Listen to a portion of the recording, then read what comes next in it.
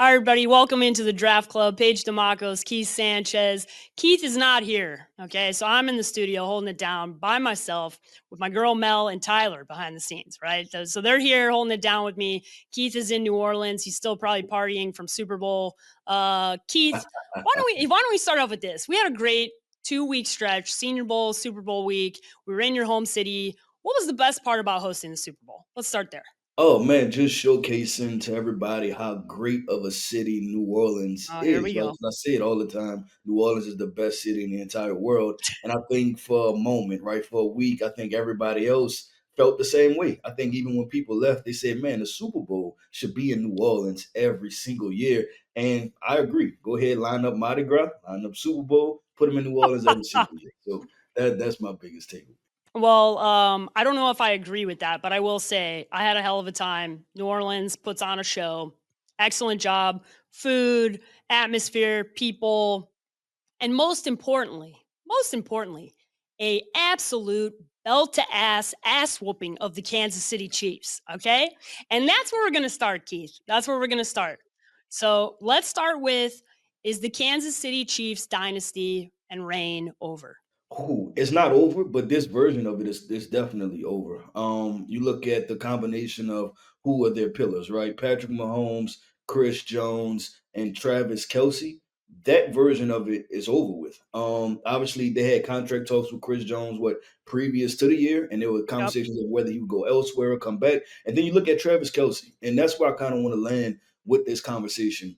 We know the dreaded R word retirement, right? And the minute that it comes up, you're already done. You're Yep. done, right? The minute you start thinking about retirement, your career is already over with. And I look at Travis Kelce and everything he's doing off the field, and I'm not even saying it in a bad light, right? You're talking about Mhm. obviously dating Tay, right? Taylor Swift, all of the the podcasts, the appearances, the different shows. You cannot say that football is 100% his only commitment at this point. In Mm. football, to be able to win a Super Bowl, it has to be the only thing that's on your mind, especially if you're one of the top three, four people of an entire franchise. So I don't think the Kansas City Chiefs are done. I think this trio leading the top of it is definitely done. Yeah, and he's 35 years old, right? He's played Yep. for 12 years.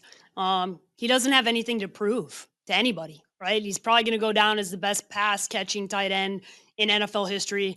He's got 3 Super Bowls. He's set every fantasy football record, I think, known to mankind for tight ends.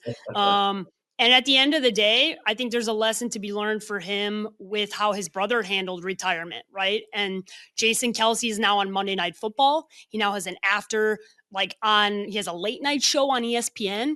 They sold New Heights for $100 million. And the reality is, you know how this league is, you get forgotten about really quickly, and not capitalizing on your time. He comes back, let's play this out, right? And they don't make a Super Bowl, and he has a bad season or a subpar season. His brand drops. The value for him to go and do things drops off. And I think that's where it's like, for him as a competitor, he has dropped off for his play, right? He's still Travis Kelce, but he's not playing at the same level. I Right. know that's got to burn him, right? Nobody who likes So to compete wants to not be at that level. So I think that plays a part too. yeah, no, I want to ask you this though, because this is where we probably about to separate in this conversation.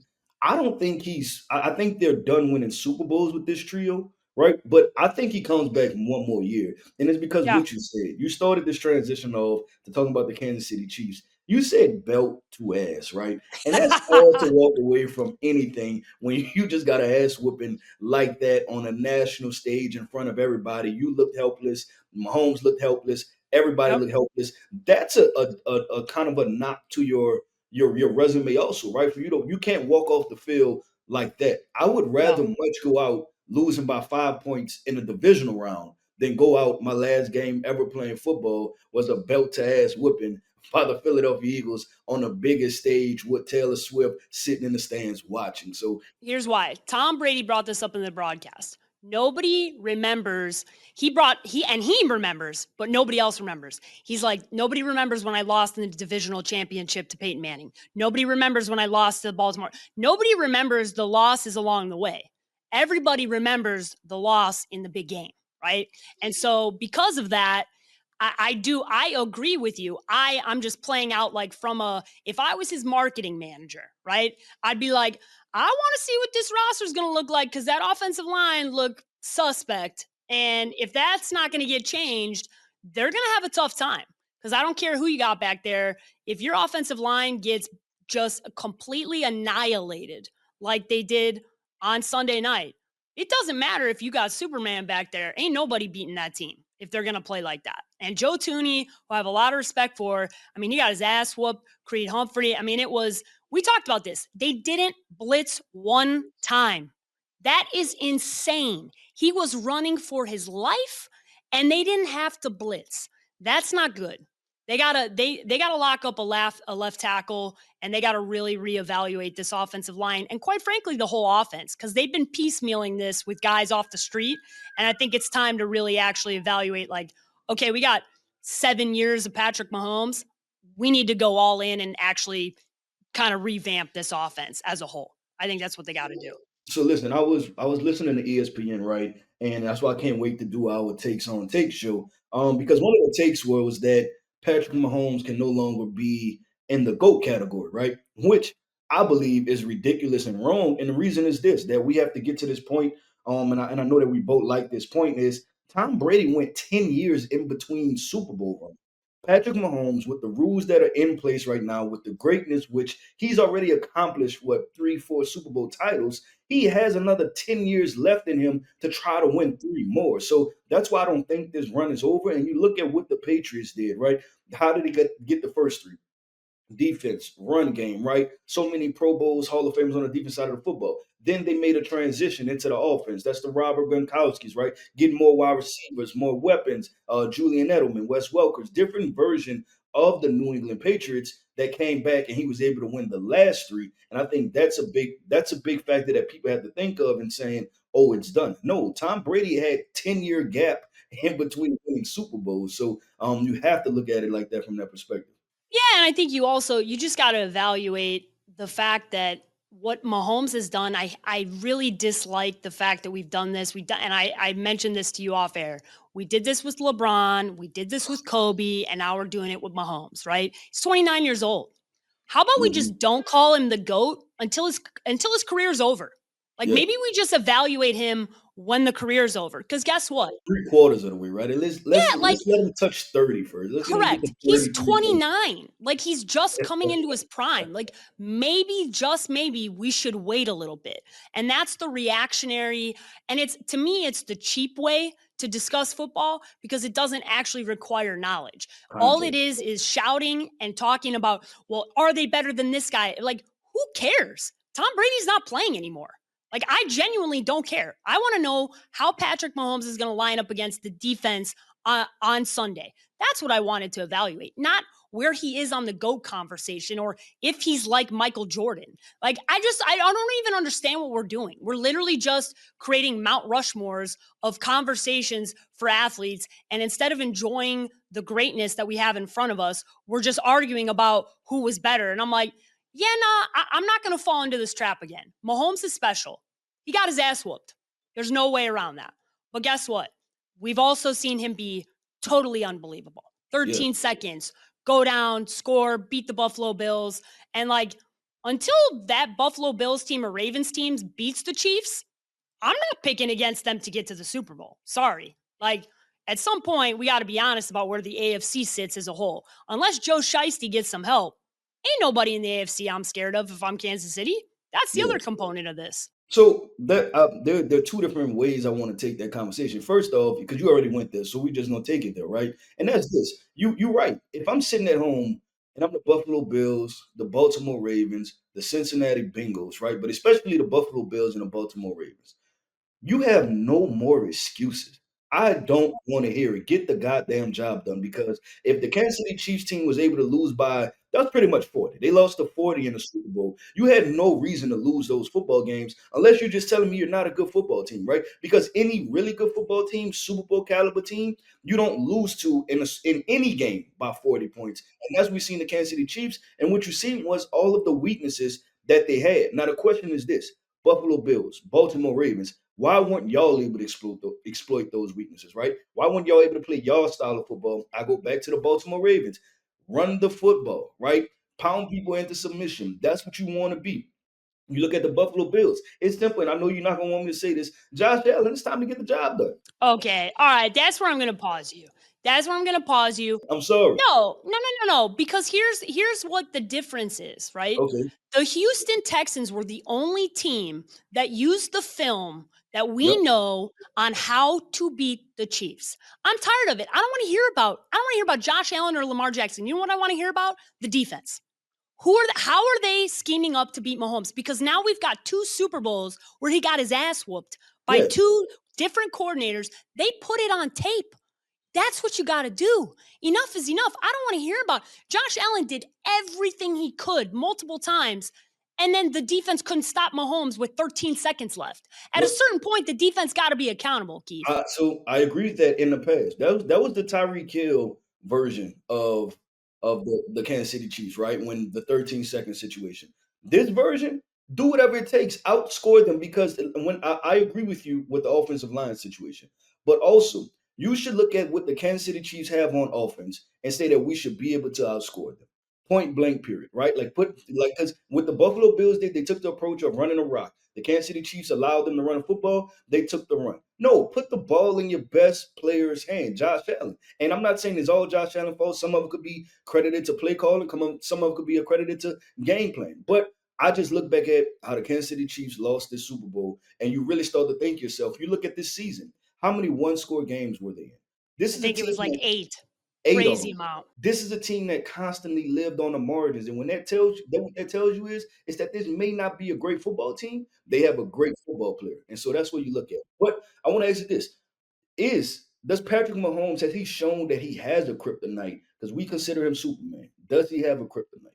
Yeah, he does. He does have the kryptonite. And that's when his offensive line is not, and this is honestly, this is most quarterbacks, Quarterbacks. right? Yep. There are very few quarterbacks that can get the ball out quick enough. But one of the things I remember when we were going through the scouting process with Mahomes was when Hmm. he got hit early and he got rushed early, he started to get what we call pitter patter feet, started to get happy feet in the Yep. pocket. And that's exactly what happened. You see his feet, he starts to fall into his bad habits, right? Into the stuff that he's worked really hard to not do. And Right. that's what happens when you make a quarterback uncomfortable is you force them into because every quarterback has bad habits. If you force them into those habits, that's what's going to create an opportunity. And we talked about it. Both both Todd Bowles and Vic Fangio, who love to blitz, both of those guys, they are the blitz all night guys. They didn't blitz at all. And Nope. that's because their lines are so like think about Vita Vea and how what he did in that game against them. Mhm. He took down 3 offensive linemen by himself. Like, and that's the part where I remember that Super Bowl specifically, where 2 of the starting linemen were not playing in that game. And the Chiefs were an 8-point favorite. And I've told you this, that that's the most amount of money I've ever made on any football game. Because anybody who has football knowledge knows you can't just lose 2 offensive linemen and nothing's going to change.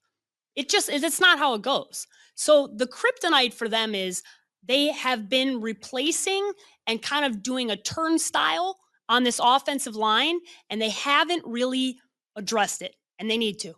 And if they don't do that, that's going to continue to be the kryptonite. And guess what? It's the kryptonite for a lot of teams in the NFL because it's really hard to keep 5 guys healthy. We know this. Very rarely do you get through an entire season with your whole line healthy.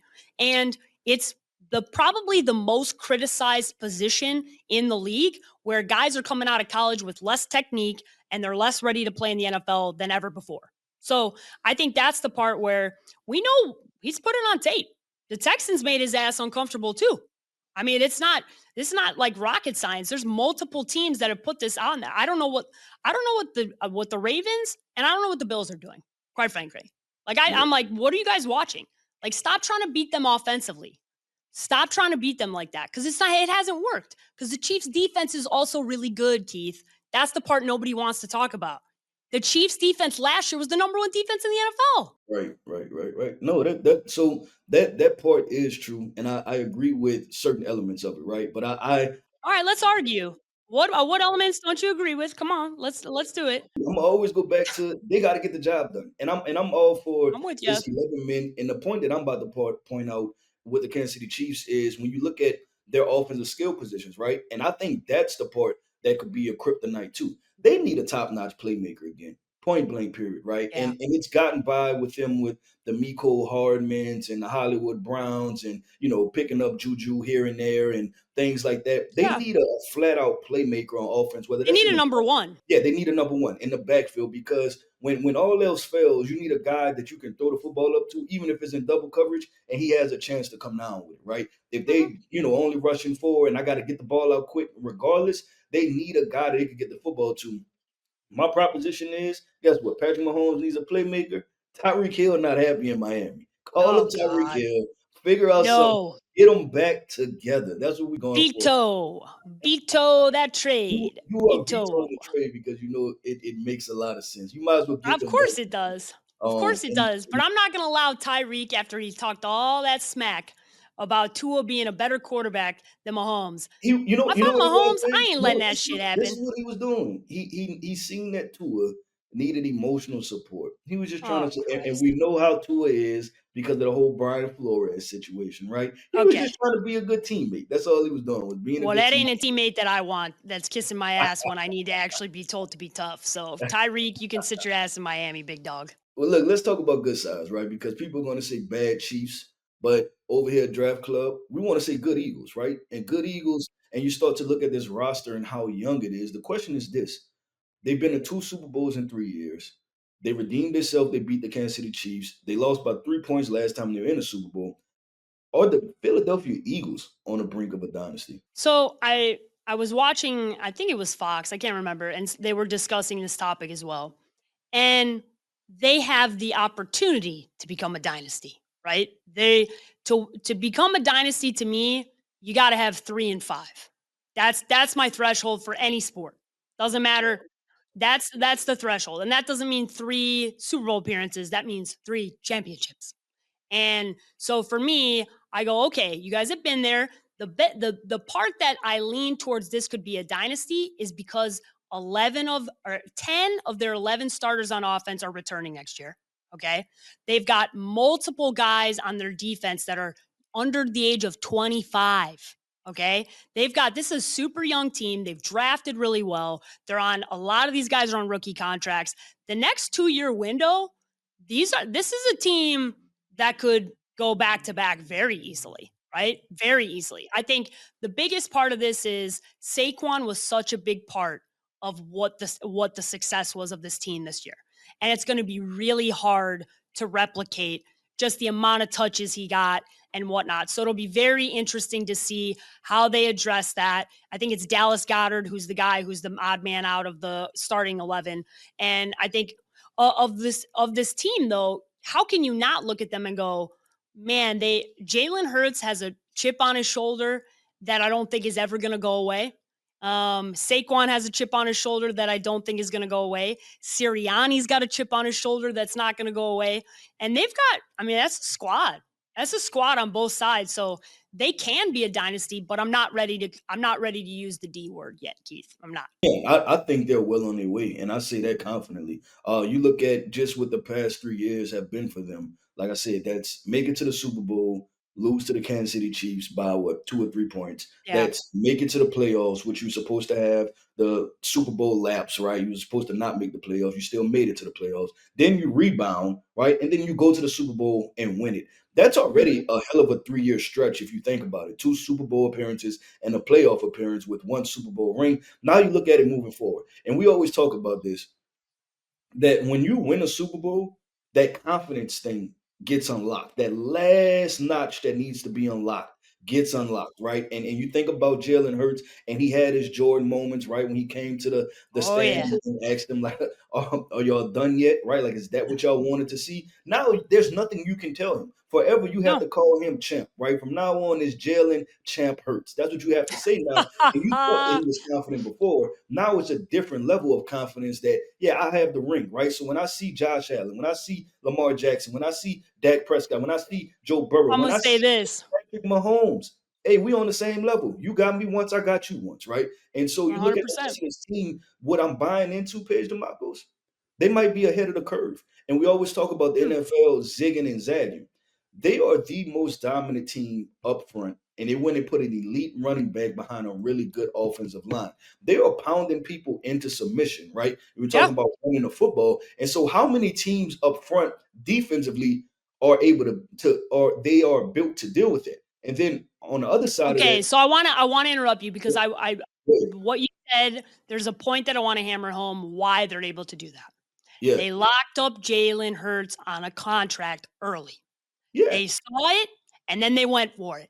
They didn't do this wishy-washy stuff that Dallas does. They said, "No, we've got conviction I in our knew guy I knew and this we're was going coming in." from Dallas and Dak Because Prescott. I knew this was coming. because we had to hear Jerry Jones's stupid ass after the game talk about how, well, I thought I was going to be in this Super Bowl and I wouldn't have given Dak that contract. And it's like, no, Jerry, you're the general manager. You don't get to play this game now. Like, if you have conviction in Dak, then you sign him and you lock him up just like the Eagles did. And that's why Roseman and the team in Philadelphia, I have a lot of respect for, because at the end of the day, Jalen was not proven, right? He had one good season, then he came back last year and he had kind of a up and down year, right?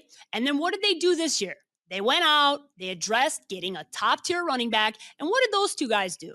They became the first tandem in NFL history to both have 5 rushing touchdowns in the postseason, both of them. What does that tell you? That a running quarterback can win a Super Bowl. That's Yep. what it tells you. And No, that's been a narrative that has been talked about for a long, long time. And I know you and I want to get into there's many ways to win a Super Bowl, but Jalen Hurts just proved like this is how you can win a Super Bowl. But I wanted to the conviction part of this and the signing your quarterback and not waiting and then ending up to pay $89 million to Dak Prescott. I'm not gonna let this go. Like that was it's not Dak's fault. Jerry fumbled the bag. This whole thing was handled not properly, and because it wasn't handled and you lived in the middle, you got to have conviction. And when you have conviction in your guy, you just got to lock them up and go with it. And that's why the Eagles are in this position. They got flexibility, Keith, and that's crazy considering how that they have flexibility with the amount of talent they have on the roster. young talent too, right? And even making Mhm. good trades when they traded with the New Orleans Saints, right? Yep. Let the Saints pick Trevor Penning and how that turned out for them. But they were able to, get another first round pick in the next draft. And like I said, it turned out to be good things. Then they acquired Jahan Dotson from the Washington Yep. Commanders, which was a first round pick, right? That the Washington Commanders had just a few years ago. So just making good decisions. And like you said, this defense is young. Jalen Carter, Jordan Davis, N'Kobe Dean, Cooper DeJean, Quinyon Mitchell, CJ Gardner Johnson, like across Haley this Ringo. entire, yeah, across this entire defense, they're young and they're ready to roll. And like I said, it's just a confidence thing that's going to get unlocked. But Paige DeMarco, there's one team that needs all the confidence in the world, and Oh that boy. is the Jets. Oh yeah. Jets. There are rumors, and in it's news being reported that Aaron Rodgers and the New York Jets are parting ways. I want to just where do the Jets go from here? I can't even set it up. I don't even want to transition right. Where the hell do the New York Jets go from here? Y'all invested all of this into Aaron Rodgers. Y'all made it his franchise just to turn around and say that this is not working less than 2 years later. And then now he's on his way out the door and you're back at square one, don't have a quarterback, and you probably have players on your roster that don't want to be there anymore. Where do the Jets go? So let's address the big issue here. They've Yep. got Aaron Rodgers locked up for another year. So Yep. as much as the Jets want to just say, and apparently according to I think it was Jay Glazer over at Fox, he reported that Aaron Rodgers flew to New Jersey, met with ownership and new general manager, head coach, and his thought process going into that meeting was, well, they're going to be whining and dining me, and that did not go like that at all. It was not a Aaron Rodgers kiss ass fest. It was a say la vie Aaron Rodgers. And that doesn't surprise me knowing how Aaron Glenn is as a coach. I don't think that was the moment they made that hire. I was like, yeah, I think Aaron's done. Like, it's just not the mentality or the type of coach that Aaron Glenn is. And so you got a new regime, but they're locked in. I think it's $37 million and it's a nasty dead cap hit. So they got to find a suitor because he's not.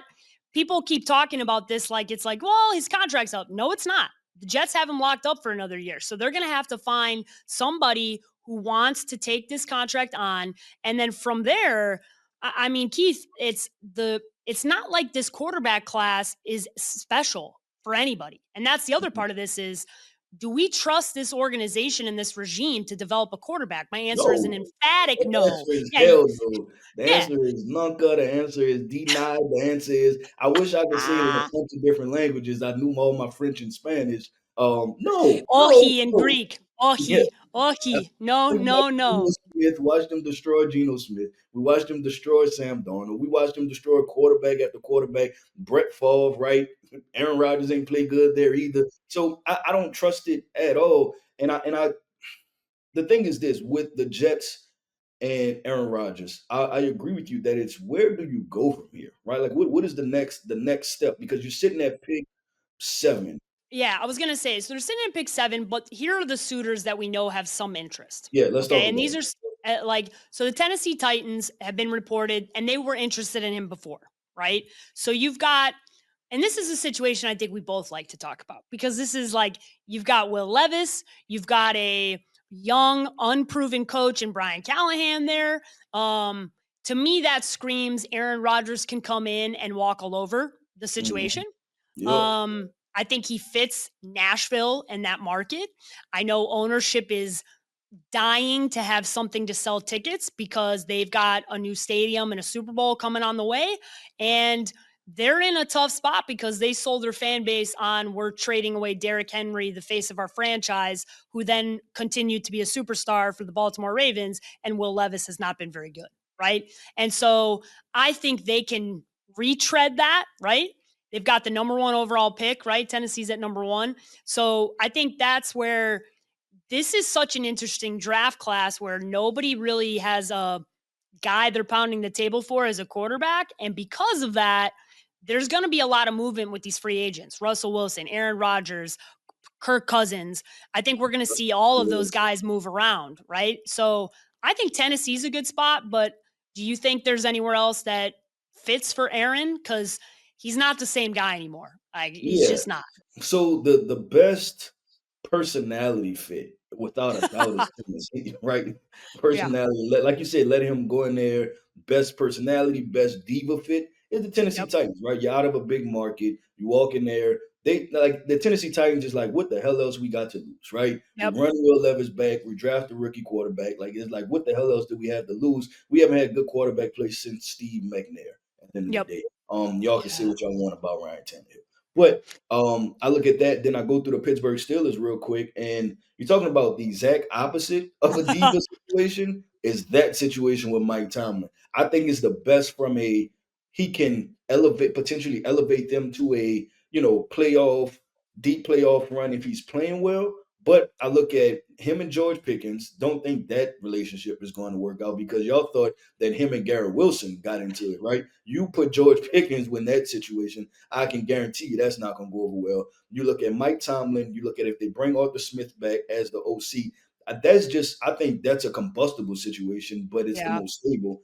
And then I look at the Minnesota Vikings as a potential for them, but I want to throw these other two teams out, the Las Vegas Raiders and the San Francisco 49ers. Do either one of those teams pique your interest? So San Francisco has long been a team that's flirted with Aaron Rodgers, right? He's a Northern California guy. Him and Kyle Shanahan have a relationship.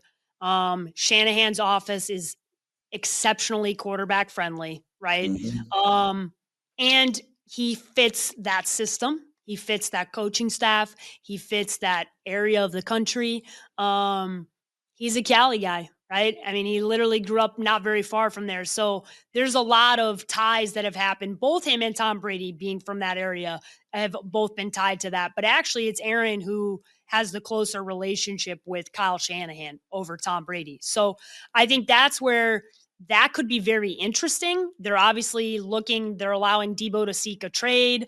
I don't know. We haven't heard about what's going to go on with Brock Purdy yet.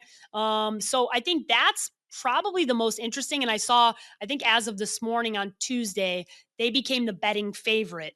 Um, Hmm. to get Aaron Rodgers. I So could now it's Pittsburgh, Tennessee, and San Francisco are the top three, I believe. I think okay. that's the top three. I can see so the San Fran situation is obviously him returning back home, right? And he has his own little Cali swag to himself, right?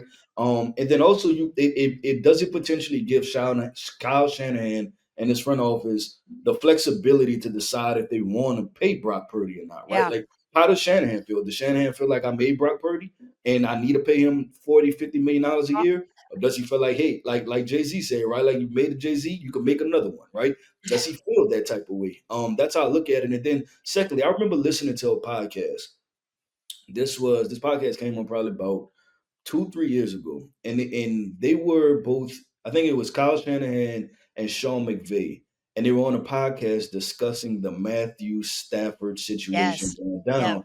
And you can tell Kyle Shanahan felt some type of way that he couldn't get his digs Yep. into Matthew Stafford. They are really close friends. They grew up in the same coaching tree, right? Basically, Kyle Shanahan brought on Sean McVay. So you can't tell me that he's not sitting there thinking, A great I gotta point. go get me one, and I gotta go get me one by getting the premier guy. And I think, ooh, it would be fun to have Stafford and Rodgers go toe to toe again. Just yeah, from like as a Bears fan, not in my division. I'll enjoy the shit out of watching you guys on the West Coast out here. As an Arizona girl now, I can sit, I can appreciate it, I can watch it because it's not going to impact the division or the team that I love. So I think that's a really great point though, because we discuss this a lot because we know a lot of these coaches, owners, GMs, players, how petty they all are, how emotional they all are with the decision making, and how people think that they make decisions better than others. And it's like, no, they're just humans, guys. These guys make yeah, bad decisions all the time, and they make emotional decisions more often than not. And Kyle Shanahan, I got to imagine, is not feeling so good coming off of this year, right? no, Licking his wounds, not feeling great about it. They're already in a fire sale. Like Debo's gone. Like this is not going to look like the same team. I could, I kind of want to, I think that might be the move, honestly. That yeah, feels like that's the best move. And the Jets, they've dealt with each other before with trades. I think that could play out. And I think, honestly, probably the best thing for Aaron, quite frankly. I think that's the best situation. As far as him being insulated with talent, having conversations, historically, a franchise that wins, right? So if I had to go, probably be San Fran, then Tennessee, so Aaron could do whatever the hell he wants for a year, but it's probably not very serious.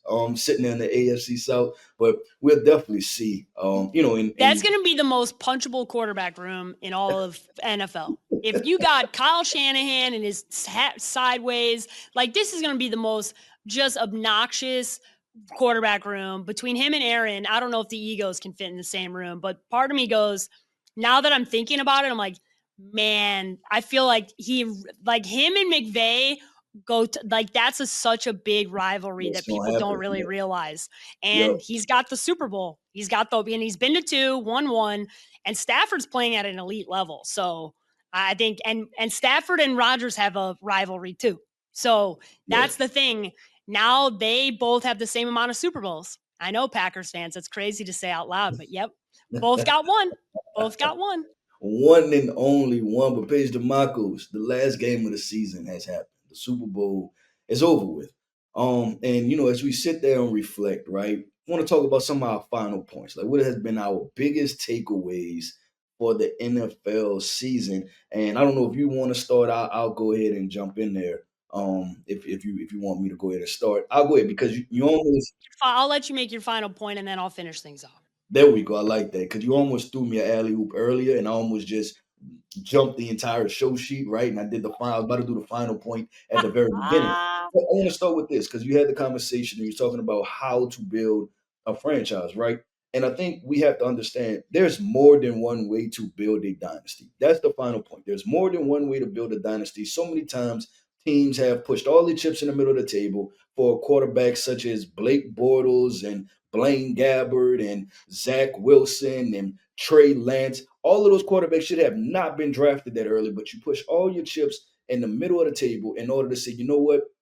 We need that once in a generation quarterback. Like we said, Tom Brady's already gone. Patrick Mahomes is that once in a generation quarterback for this year. Now, how do you want to figure out how do you get other Super Bowls, right? And I look at it like this, that you want to build a football team that can sustain a quarterback. And no longer should we ask the conversation, is he good enough to carry the entire team? We need to start asking the conversation, is he good enough just to win a Super Bowl? Point Yep. blank period. Can I win a Super Bowl with this quarterback? And for probably about 12 to 13 quarterbacks, the answer is yes. So those 12 to 13 teams, you have opportunity to win a Super Bowl. Now, what the hell does the rest of your roster look like? Because that's what you, to your point, Paige and Michael, when you talk about the Philadelphia Eagles, they didn't sit there and wait to pay Jalen Hurts to say, man, can he be the best quarterback in the entire league? They didn't say that. They Doesn't said, have to be. thank you. Can we win a Super Bowl with him? They looked at him. They said, yes, we can. And they paid him. And then they said, you know what? Let's go get the surrounding pieces that we need. First of all, they traded for A.J. Brown, right? A lot of teams would have stood pat A.J. Brown, Devontae Smith. They said, you know what? Let's go get one more piece. Giants, y'all don't want him? We'll take him, right? And then they added Saquon Barkley. A lot of teams wouldn't have did that because they would have reversed thought, like, oh, no, we paid our quarterback all this money. He has to carry us. No, he doesn't. He's the most important person on the football field. That's the reason why you paid him. Now you still get pieces to help him out. And I would say this: the Philadelphia Eagles are not in the Super Bowl without Saquon Barkley, but they got to the Super Bowl, and the Philadelphia Eagles don't win the actual Super Bowl game without Jalen Hurts being a good quarterback. I wonder who you're talking about when you said when you pay the quarterback, you expect them to do everything. Can't imagine who you're talking about. Looking at you, Jerry Jones. One day, people will understand football is the ultimate team game. You have three sides of the ball, all 11, all three. Got to have it all. Can't not have a. You got to have everything. And a Yep. quarterback, we say all the time, most dependent position in sports. Everything in front of them has to go right. They don't control the line. They don't control the receivers. They don't control the running backs. They don't control pass protection. There's so many things that have to go right. So, my final point is this: please stop comparing Patrick Mahomes to Tom Brady. Okay? I beg of you, media, fans, everybody, because here's the reality. They faced each other twice, and Tom Brady won twice. Tom Brady was down 28-3, and he came back and won that Super Bowl. Never, ever, ever did Tom Brady get a belt to ass in the Super Bowl. So no Mhm. matter what happens, I don't ever want to hear it. It's not a conversation. Tom Brady has 7 Super Bowls. 7. He changed conferences 20 years into his career, learned an entirely new offense, and won a Super Bowl as a wild card team in a COVID year. I don't want to hear it. I literally do not want to hear it. I'm not telling you that Mahomes cannot be better, but can we let him sniff getting close to him before we do that? Because because I have the stats. Mahomes in his Super Bowls, 10 touchdowns, 7 interceptions. Pretty mid. 86% passer rating. Pretty mid. Just saying. I think Mahomes is great, but Tom Brady is the GOAT, and I feel like I'm the old lady on the hill because I'm always yelling about MJ, but it's the same conversation. The young Oh, bucks, y'all got to respect what came before you, and the recency bias of what we're watching right in front of us is the greatest, is ridiculous because Tom Brady is the greatest football player of all time. And Patrick Mahomes can be a GOAT, but he ain't there, and it ain't close. So please stop comparing the two. Please stop. I beg of you, because otherwise Tom is going to find a way to step on necks. And y'all are going to need to know that because now he owns the team. So he's probably gonna mess around with the Raiders and have to beat Mahomes' ass as an owner. So yeah. just saying, it's probably time to end this conversation for a while. Well, there we have it. In the GOAT conversation for now. Go ahead and table that thing. Tom Brady is the GOAT. LeBron James is the GOAT, No, right? he's not. I thought I'd throw you in there. Had to keep you on your toes. The Paige Dimakos. We're gonna save that argument, LeBron James, Michael Jordan argument for a You special know where you know where my basketball loyalty lies. You know where my loyalty lies. The Bulls logo on my chest. No chance. No chance. we'll save that argument for another time, man. But that wraps it up. I'm Keith Sanchez. That's Paige Dimakos. This is the Draft Club. Players only.